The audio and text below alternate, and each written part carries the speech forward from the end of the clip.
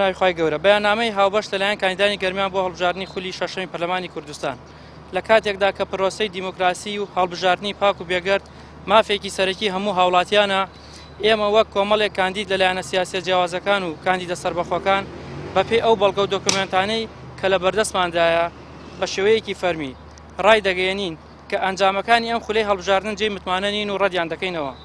بەڵگەکانمان ئاماژە بە چەندی پێشەلکاری جددی دەکەن وەکو کڕینی دەنگی دەنگدەر و چاوسورکردنەوە و فشارخستنە سەر دەنگدەران، دانانی خێمە لە نزیک بنکەکانی دەنگدان و برنەژوورەوەی مۆبایل و چوونەژوورەوەی هاوڵی دەنگدەر، لەگەڵ دەیان تێبینی لەسەر ئامێری دەنگدان کە جێی گومانە بە شێوەیەکی ئەلکترۆنی ئەنجامەکەی گۆڕی بێت. داوا لە دەستەی سەربەخۆیی هەڵبژاردنەکان و لایەنە پەیمانجارەکان دەکەین لێکۆڵینەوەیەکی شەفاف و بێلایەنانە لەم پێشەلکاریە بکەن. هەموو بەڵگە و زانیاریەکان بخرێنە بەردەم ڕایگشتی. هەنگاوی یاسایی پێویست بۆ پاراستنی دەنگی هاوڵاتیان بنێن. جەق دەکەینەوە کە ئێمە پابەندین بە پاراستنی مافی دەنگدەرانمان و پاراستنی بەرژەوەندی گشتی و پرەنسیپەکانی دیموکراسی و دادپەروەری. و پێتان ڕدەگەێنین لە ناخی دڵمانەوە سوپاس و پێزانینی بێپایانمان هەیە بۆ هەموو ئەو کەسانەی کە دەنگیان پێداوین و هاوکاریان کردوین و متمانیان پێکردوین. ئێوە نەک هەر دەنگدەر بەڵکو هێمای ویژدانی زیندوی ئەم گەلەن.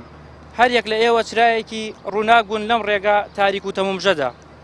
لە کۆتاییدا داوا لە ڕای گشتی و میدیاکان دەکەین کە هەڵوێستی بەرپرسیارانە وەربگرن و پشتیوانی لە مافی ڕەوای دەنگدەران بکەن.